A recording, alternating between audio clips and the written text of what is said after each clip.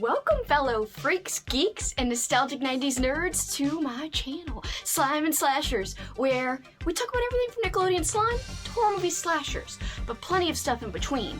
Today's video though, I'm getting hyped for Christmas. So people know that I love Halloween. I'm kind of known for loving Halloween, at least like locally with people who I know in person around here. I'm definitely the most Halloweenish person. On BookTube, there are a lot of people who love Halloween, so I'm not the most Halloweeny out of all of them, but definitely out of all the people I know personally, yeah, I am.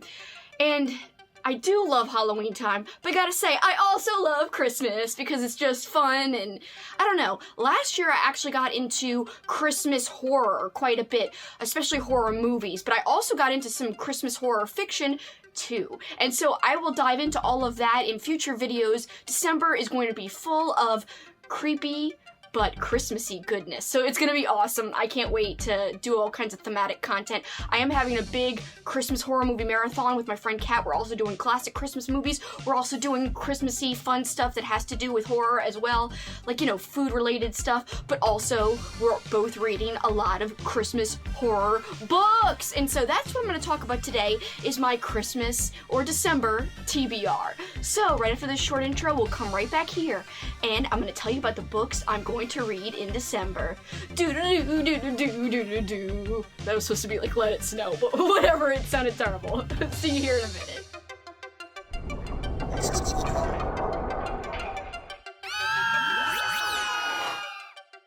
Welcome back! You guys might as well refer to me as Kelsi Kringle for the next month plus, because I'm gonna be bringing you some creepy Christmassy goodness all month long, and I can't wait.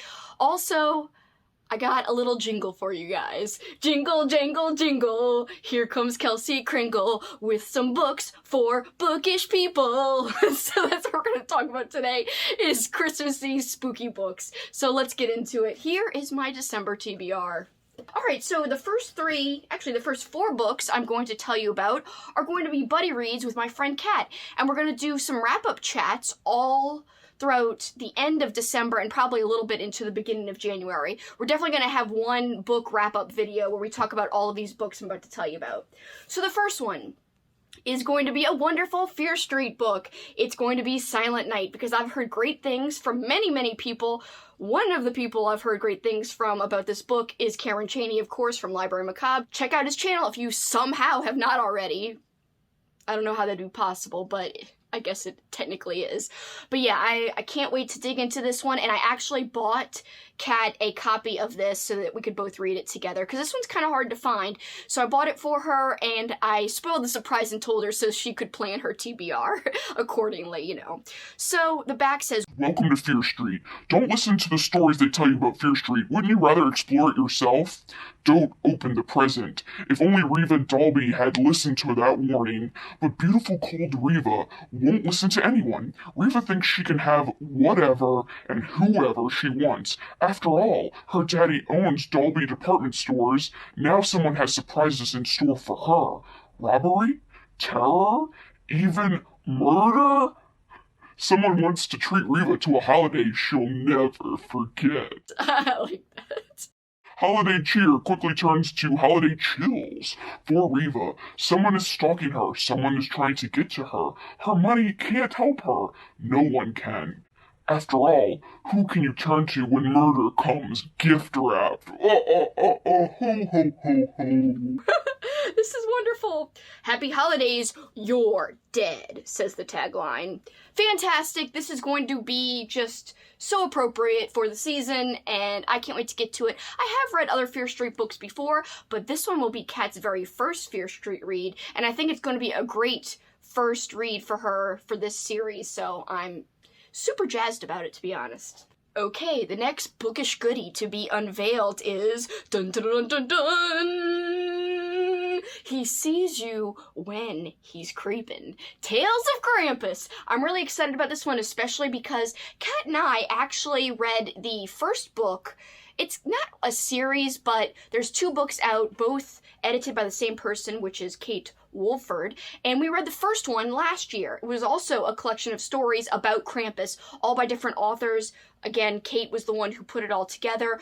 We loved it. We loved it so much that this year we decided to get this one, the next collection of stories about Krampus that she put together. So we can't wait to dig in. It's going to be a lot of fun.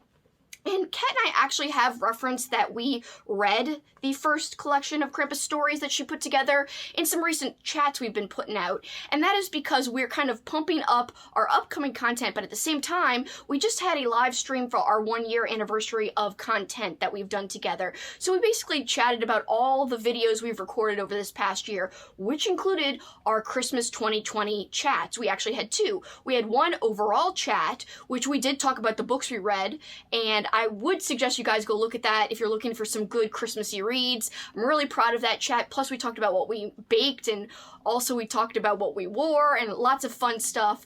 And so I'll link that below. A lot of people haven't seen this chat, and also our Christmas horror chat, because I didn't have a lot of horror followers back then. I just had a lot of wrestling people following me, and I was just starting to get into horror talk and also horror book talk. So I just didn't have a very big audience. So you guys might not know that these videos even exist. I'm super proud of them. Again, they don't have many views. They have just maybe like 60, 70 views at most. So the overall chat is where we talk about books, and then our Christmas horror chat is where we talk about awesome Christmas horror movies, and I'm super psyched for you guys to check that one out if you haven't already, because it's just silly goodness. We talk about Christmas Evil, and we're going to revisit Christmas Evil this year with a special challenge. I will kind of unveil what that's all about on December 1st when I'm going to drop a video announcement of what that challenge is, and I want you guys to participate, and I hope you guys will. Well, I really hope you will, because it'll be like a special Christmas gift if you do. You'll learn more information again on December 1st when all that drops. But yeah, this one's going to be fun, and I can't wait, and I'll just give you a little description on the back. Krampus is the cloven-hooved, curly-horned, and long-tongued dark companion of Saint Nick. Sometimes a hero, sometimes a villain, within these pages, he's always more than just a sidekick. You'll meet manifestations of Santa's dark servant as he goes toe-to-toe with a bratty Cinderella, a guitar-singing girl hero, a coffee shop-owning hipster, and sometimes even Saint Nick himself. Whether you're looking for a dash of horror or a hint of joy and redemption, these 12 new tales of Krampus will help you gear up for the most wonderful time of the year. That's in quotes. The most creepy time of the year, I guess in this case. I'm really excited. Like I said, I can't even say that enough. I know I keep saying the word excited, but it's going to be a good time. I just know it, because the first collection was really, really good and enjoyable, and that one had a lot of diversity and unique stories, and I don't think there might have been, one that I didn't like too much, but overall they were all good, and that's rare for a collection of stories all done by different authors. Sometimes you get some duds, but the other collection we read didn't really have duds, so I've got high hopes for this one. The next book that Kat and I are both reading is Wraith, and this is more of like a graphic novel. As you can see, there's like illustrations and just like a comic book graphic novel. I'm really excited about this one because Joe Hill wrote it, and this is a prequel to Nosferatu. Of course, I know Nosferatu is in reference to Nosferatu, but it's literally spelled like A2. It's a license plate, as you can see here. It's a license plate of this car, the Wraith. And all of this has to do with this terrible villain, and it takes place in a land called Christmas Land. But it's not a jolly place. It's kind of a sinister place, and that's why I'm really excited to spend some more time in Christmas Land. That sounds really weird that I want to spend time in an evil Christmas place, but I don't know. The universe is so unique, and if you've read Nosferatu, you know what I mean. It's really chilling in the best way, and perfectly appropriate for a spooky themed Christmas. Okay, and here's what the back has to say. In his New York Times best-selling novel Nosferatu, author Joe Hill unveiled the terrifying funhouse world of Christmasland and the ageless madman who rules there, Charlie Manx. Now, Hill and artist Charles Paul Wilson III explore Manx's twisted beginnings, introduce a new and depraved cast of characters to Christmasland, and take readers for a 100-mile-per-hour ride down a nightmare road in a car with no brakes. This sounds marvelous.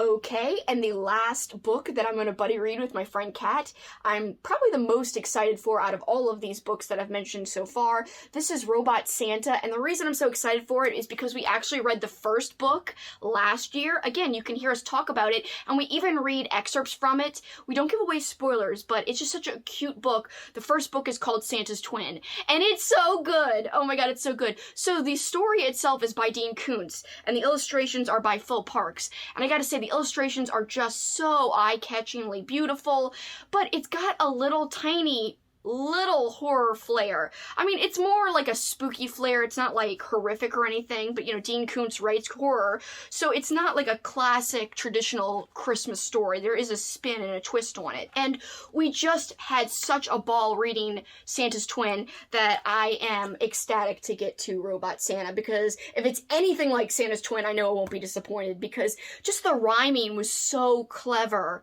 and almost genius. I can't really rhyme things off the top of my head, but Dean Koontz apparently is really good at that, because he rhymed so cleverly and so masterfully in Santa's Twin. I think it'll be the same for Robot Santa, so. And before I move on, I do want to mention that this is a picture book, so it's going to be short, quick, and easy. Of course, it's not necessarily an adult book, but I do think adults can definitely enjoy it. It doesn't matter how old you are. Obviously, Kat and I are not kids, and we had a great time. Robots and Reindeer and Bob, oh my! Dean Koontz kicks the holiday season into high gear with a wildly inventive and wickedly funny sequel to his perennial Christmas bestseller, Santa's Twin. The Claus family's bad seed Bob is back and dishing out a second helping of holiday havoc and headaches for his twin brother Santa. Exactly a year has passed since Bob kidnapped Santa and visited Charlotte and Emily in his stead, bearing gifts of mud pies, cat poop, and broccoli. After his defeat at the hands of the two brave sisters, Bob has worked hard to redeem himself in Santa's eyes. Unfortunately, Bob's spare time has been spent secretly building a robot Santa Claus. And I'm guessing things devolve from there. So, pretty fun. Alright, my last two books. They're smaller. One is an anthology and the other is just a book. So I've heard great things about this next one. This is Secret Santa, The Gift That Keeps on Giving by Andrew Schaefer. And yeah, it just looks like a lot of fun. Looks like a good Christmassy read, obviously. Secret Santa, I mean, come on. It fits. It's perfect for Christmas. So it says on the back, all it wants for Christmas is you. I love that. Out of work for months, Lucy is desperate to work anywhere in publishing. Prestigious Blackwood Patterson isn't the perfect fit, but a bizarre set of circumstances leads to her hire and a firm mandate. Lucy must find the next horror superstar to compete with Stephen King, Anne Rice, and Peter Straub. It's the 80s after all, and horror is the hottest genre in the industry. But as soon as she arrives, Lucy finds herself the target of mean-spirited pranks by her co-workers, who clearly don't want her there. The hazing reaches its peak during the company's annual Secret Santa gift exchange, when Lucy receives a strange gift that she recognizes but doesn't understand. Suddenly, her co-workers begin falling victim to a series of horrific accidents, and Lucy suspects her gift is involved somehow. With the help of her former author, Fabian Nightingale, Lucy must track down her anonymous Secret Santa and figure out the true meaning of the mysterious object in her possession before it destroys the company and possesses her. This sounds epic. Oh my god. I mean, I don't even know if I had read fully the back, but after I just read it out loud to you guys, I'm like blown away. One, anything to do with like 80s horror genre, that's really, really cool that they're throwing that in. Like, it's like a book about publishing. So books kind of about the book industry. That's so fun. I can't wait. I'm sure there's gonna be a lot of references in here. And the whole fact that it's about Secret Santa, it's just gonna be perfect for December.